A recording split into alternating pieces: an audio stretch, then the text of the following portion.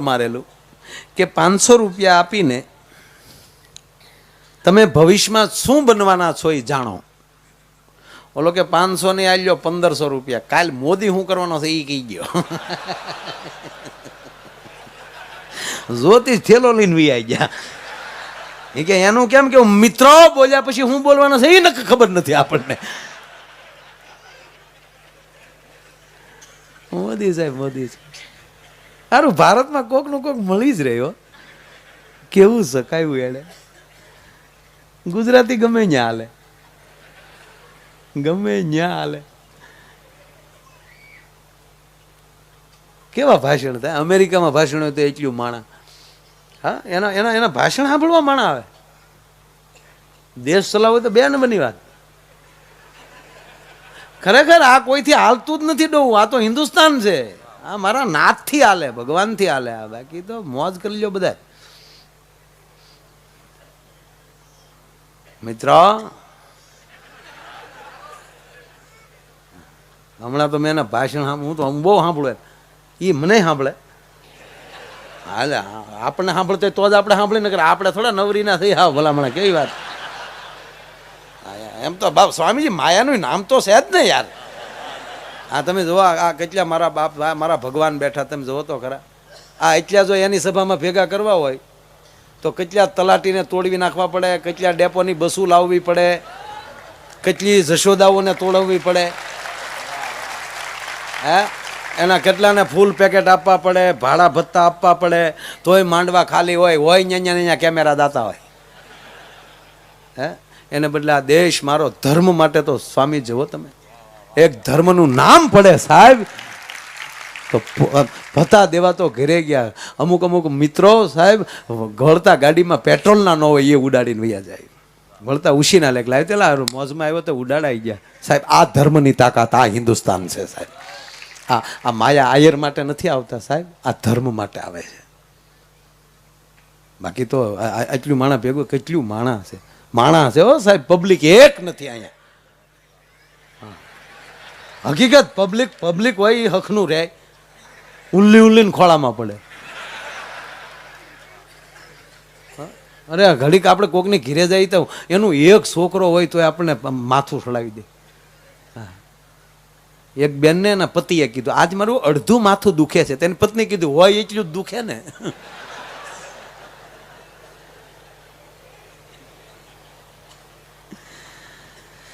એટલે એક ઝીણી વાત કરતો હતો. હું તમને દાંત જ કઢાવો છો, મારામાં જ્ઞાનનું છે નહીં કાંઈ. તમને પાછું એમ થાય કે આપણે લેરસ કરવી ને.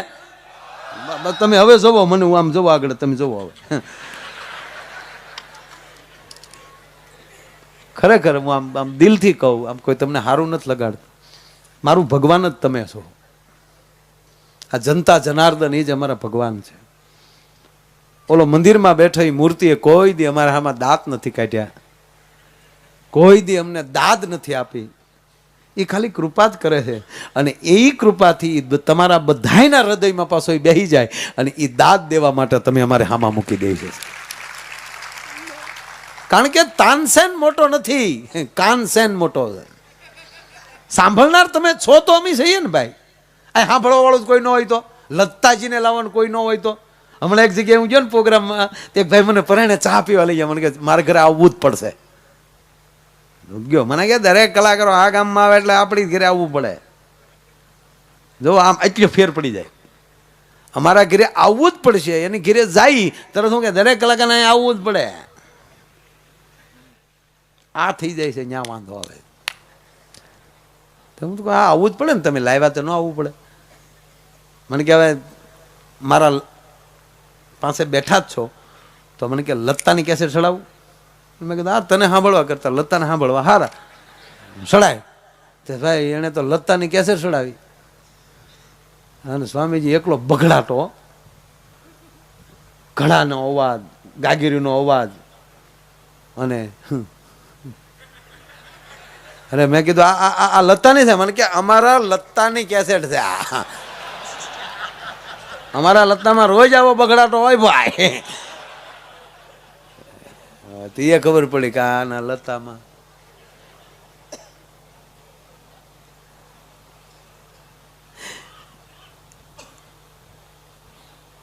પ્રોગ્રામમાં હું સ્વામી ગયો ને એટલે હવે તો આ મોબાઈલે તો ખરેખર બહુ આડો આંક વાળ્યો છે. જ્યાં જઈને આમ સેલ્ફી આમ હાંઠિયો કેમ ઓલો લીમડો આમ તો હોય એમ લાગે. આમ આ સેલ્ફીનું બહુ વધી ગયું છે. કઠણાઈ આપણે બીજું હા હકીકત આ બહુ આ વસ્તુ સારી છે ભાઈ 100% મારા બાપ. પણ સંતોની હાજરી છે ને આપ મોરબીમાં બેઠા છીએ ત્યારે કહું સારું જ છે. અહીંયા નો પ્રોબ્લેમ, કોઈ તકલીફ નથી, માફ કરજો. પણ સતાવે અંદરથી નીકળ્યું એટલે કહું કે આ કોઈ પણ વસ્તુ જેટલી મેં પહેલાં કીધી એ જ વાત ઉપર આવું, જેટલી સારી હોય એટલી જ ખરાબ હોય. તમે જેટલી ઊંચાઈ ઉપર જવા જાઓ છો ત્યારે તૈયારી જ રાખવાની કે જેટલા તમે ઊંચા જાઓ એટલી જ નીચે ખાઈ બનતી જાય છે. તમે જેટલા ડુંગર ઉપર ચડવાની કોશિશ કરો એટલી જ નીચે ખાઈ થતી જાય. દાખલા તરીકે તમે જમીન ઉપર બેઠા છો અત્યારે તમારે કોઈ પ્રોબ્લેમ નથી. આ સ્ટેજ ઉપર બેઠો છો કારણ કે આ સ્ટેજ ભાંગ્યાના દાખલા છે. આ તમારા મોરબી વિસ્તારમાં તમે નહોતા હુડું ભૂફ દી, હું તો નહોતો ત્યારે સ્ટેજ માથે. મને કોને ખબર સ્વામીજી કાંઈક થઈ જાય હો ત્યારે અંદરથી એમ થાય કે હેઠો ઉતર વયોદા. તે દી અહીંયા બાજુમાં જતો આગળ પ્રોગ્રામ મચ્છુ નદીને કાંઠે. મને કોને ખબર અંદરથી આમ સકળી ચડ્યો અંદરથી. અને મેં કીર્તિભાઈને કીધું, કીર્તિભાઈ હાલ તો તાત્કાલ નીચે. કેમ મને મારો જીવ મૂંઝાય. આ જીવ મૂંઝાય એટલે કાંઈક કે એટલે મેં પાછું ઓલા અમારો પ્રવીણ વેગડ હતો ભાઈ સાઉન્ડવાળા, અમારો ઓલો વેગડ સાઉન્ડવાળા ભાઈ પ્રવીણભાઈ, એને મેં કીધું કે તારા નાની નાની વસ્તુ એ બધી થેલીમાં ભરી દે. મને કે કેમ? મેં કીધું પ્રોગ્રામ પૂરો. સોગન થયો બાય ગોડ હું તમારે સામો બેઠો, કીર્તિભાઈનો સાક્ષી છે. મેં કીધું તાત્કાલિક ભાઈ. બાજુમાં એક રિક્ષા હતી અને મારી સાથે 5-6 મિત્રો હતા. મેં કીધું તમે રિક્ષાના વાહન ટેકો દઈને ખાલી ઉભા એટલે કોઈકને એમ લાગે આમાં કોઈ છે નહીં તો આગળ હળુલું પબ્લિક અહીંયા આવશે. અમે રિક્ષામાં બેઠા. સ્વામીજી હજી 2 મિનિટ થઈને ત્યાં લાઇટ વહી ગઈ ને ભફાકો બોલ્યો. મેં હું થયું? મને કે ભાઈ ટેજ ભાંગ્યું. અને ઓલા દોરડા હતા ને એ બધા ખેહાણા. તે ટેજ એની અંદર કલાકારો, એની ઉપર માંડવો, એની માથે માયક, એની માથે માણા, તોય કોઈને કાંઈ ન છું. બોલો મૂળ વાત એ કરતો હતો કે જેટલી ઊંચાઈ તમે લેવા જાઓ એટલું જ પડવાની તૈયારી રાખજો. ચાલીને જતા હોય તો વધી ઠેસ તો લાગે એટલે નખ નીકળે, વધારે તકલીફ ન પડે. પણ એ જ જગ્યાએ તમે સાયકલ લઈને જાઓ અને એમાં પડો તો ગોઠણ ભાંગે. એમાં તમે બાઇક લઈને નીકળો અને પડો તો કોણિયું ચોલાય. એનાથી તમે 4 વ્હીલ લઈને નીકળો તો કારક મોરે મોરો છોટી જાય. જેટલી ઊંચાઈ જતા જાઓ એટલું જ તમારે તૈયારી રાખવાની. જેટલું મોટું થવું હોય એટલા જ મેણા સાંભળવાની તૈયારી રાખવાની. કારણ કે તમે જેટલા મિત્રો બનાવો છો એટલા જ ઓટોમેટિક તમારો વિરોધી બને છે. દાખલા તરીકે હું તમારા ગામમાં કોઈ ઘરે આપણે જઈએ તો સાંભળી લો, એના જે વિરોધી હોય એને આપણે ઓળખતાય ન હોય, એને અરે ન બોલતા હોય, એને આપણે ઓળખતાય ન હોય, પણ એ લોકોને ખબર પડે કે માયાભાઈ એની ઘરે ગયા એટલે ઓટોમેટિક આપણા વિરોધી થઈ ગયા. આ નિયમ છે દુનિયાનો. જેટલી ઊંચાઈએ જાવ એટલું જ પાછું નીચે આવવું જ પડે. પણ કહેવાય ગયો સાહેબ કે ગમે એટલી ઊંડી ખાઈમાં તમે પડી જશો ને તો અત્યારે આ વિજ્ઞાન એટલું બધું આગળ વધ્યું છે કે તમને ગમે એટલી ઊંડી ખાઈમાં પાછા બારા કાઢી શકશે. ખબર ને ઓલો 200 ફૂટ બોરમાં ઓલો બાળક વહી ગયું હતું, એમાં બારું કાઢ્યું. પછી તને પૈસા બહુ છે, પછી તો અમુક એ લેવા હાટું છોકરાઓને ઘણા ડારમાં નાખ્યા. દેશ કેવે રવાડે સડી જાય કે મારું તો હાલે નહીં સ્વામીજી, નહીતર ખરેખર આ દેશમાં રેશનિંગ બંધ કરાવી નાખું. એક દી પૂરતો મને જો રાષ્ટ્રપતિ બનાવે તો ભાઈ બનાવે જ નહીં આપણને, બનીએ નહીં. આ તો ખાલી કહું, પણ હું 2 વસ્તુ તાત્કાલિક કરું. એક શિષ્યવૃત્તિ બંધ કરાવી દો, એક રેશનિંગ બંધ કરાવી દો. આ દેશને કાંઈક મળતું હોય મફત, સાહેબ એક ખાળિયા ખોદવામાં હુખડું મળતું હોય તો સાહેબ હારા કુટુંબને મેં ખાળિયા ખાતા જોયા છે. બીપીએલ કાર્ડમાં એટલો લાભ થાય છે તો હારા પરિવારને મેં બીપીએલ કાર્ડના લાઈનમાં જોયા છે. શિષ્યવૃત્તિ મળે છે ખાલી 70 રૂપિયા અને એનો બાપ ઈ વાલી એ 70 રૂપિયા હાટું આખો દી લાઈનમાં ઊભો હોય, હાજે 70 રૂપિયાના મળી જાય તો હરખમાં નરખમાં ઘેરે આવે છે મને 70 મળ્યા, 70 નથી મળ્યા મૂર્ખ. તું 230 રૂપિયાની ખોટ ખાઈને આવ્યો છો. જો ત્યાં દાડીએ વયો ગયો તો 300 રૂપિયા તને મળવાના હતા. નહીં, આ લાલચ છે, માણસને મારી નાખે. એટલે યુવાનોને કહું છું, કોઈની લાલચમાં ન રહેતા, કોઈની વાટે ન રહેતા, તમારે જ કરવું પડશે. આ કિલોમીટર લખ્યા સરકારે કાપવાના આપણે છે. આલી રાજકોટ 45 લખ્યું ને તમે અહીંયા 0 કરી નાખો, રાજકોટ ભગદીન ન પડે. એ તો આપણે ભૂયું. આ એક જણ હમણાં ભગવાનને કહેતો હતો કે હે ભગવાન, આ દીકરીઓ બધી હારી લાગે ને બાયું કેમ ખરાબ લાગે? બોલો કે બાઈ તો તે બનાવી, તું જો તો ઘોડે સડીને. બાકી દીકરીનું સર્જન તો ગાંડા મેં કર્યું છે, કારણ કે મારું સર્જક છે. તું ઘોડે સડીને જો તો ઘૂઘું થઈ. બોલ બધો વાત કરું છું. અરે પતિ પત્ની બે હમણાં સ્વામી બેઠા બેઠા બોલતા, એટલે એનો પતિ બોલ્યો, સાંભળી લેજે, હું કઈ તારથી બીતો નથી. હા, એની પત્નીને કીધું. એની પત્ની કે એમ તું નથી બીતો એમ? હવે હેઠો બેહને બીવા વાળા સંબંધ કરવા આવ્યો તેથી તારો બાપ પસાન લઈને આવ્યો હતો, પણવા આવ્યો તેથી 500 ને લઈને આવ્યો હતો. એકલો આવ્યો હતો, મરદનો દીકરો હતો, અને 500 લઈને આવ્યો તો જો હું એકલી બેહી જીથી ગાડામાં. હા, અને અત્યારે તું તારા કુટુંબ ભેગો રે, હું એકલી છું.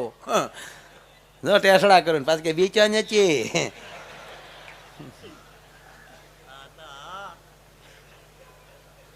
વાત એટલી કરો, તમે ગમે એટલી ઊંડી ખાઈમાં પડી જશો તો અત્યારે એટલા યંત્રો સાહેબ નીકળ્યા છે કે એ તમને ગમે એટલી ઊંડી ખાઈમાંથી બારા કાઢી શકશે.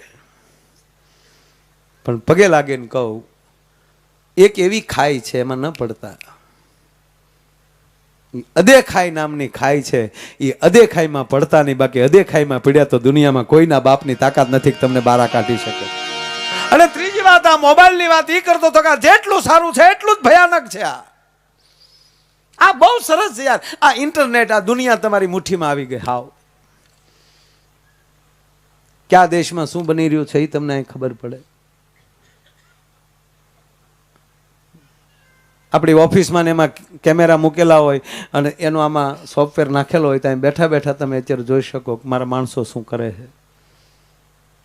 આપણી સ્કૂલની બસો હોય તો એ બસ ક્યાં પહોંચી છે એ વાલી ઘેરે બેઠો બેઠો જોઈએ કે મારો દીકરો જે બસમાં આવે છે એ બસ અત્યારે ક્યાં પહોંચે. કેટલી સરસ સુવિધા. નેટને ધન્યવાદ આપું સાહેબ. તમારે એક પણ પુસ્તક ખરીદવું ન પડે. દુનિયાના તમામ ગ્રંથો આની અંદર તમે ડાઉનલોડ કરો એટલે ફટ દિન તમે વાંચી શકો. ગ્રંથ ખરીદવો ન પડે, પુસ્તક ખરીદવું ન પડે.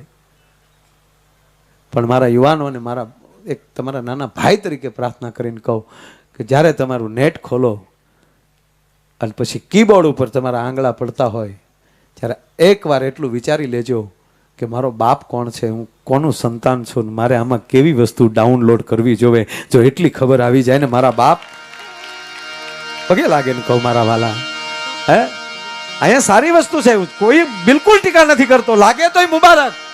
પણ અત્યારે કેટલા એવા યુવાન છોકરા કે એનો બાપ એમ કે બેટા તારો મોબાઈલ જોવા દે અને તાત્કાલિક ઘા કરીને મોબાઈલ આપે એવા કેટલા. ઉભા રહ્યો બાપુજી, લોક ખોલ દો. લોક ન ખોલતો અમુક વસ્તુ ઉડાડતો હોય.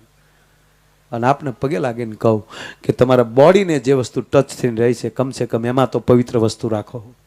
ઓલી વસ્તુ તમારો માઇન્ડ ફેરવી નાખશે, એ તમારા સદગુરુને ખોવરાવી દેશે, એ વસ્તુ તમારા ભગવાનને ખોવરાવી દેશે. એટલું નહીં, એક દી એવો આવીને ઉભો રહેશે કે મારી માં છે કે મારી બેન છે એ ખબર નહીં રહેવા દે. એટલી એમ કહેવાય વિકૃત બુદ્ધિને કરનારી પણ આ વસ્તુ છે જ.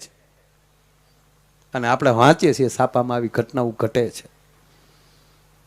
અને આપણે એવી ભૂમિના સંતાનો છીએ, ગરવી ગુજરાતના સંતાનો છીએ સાહેબ.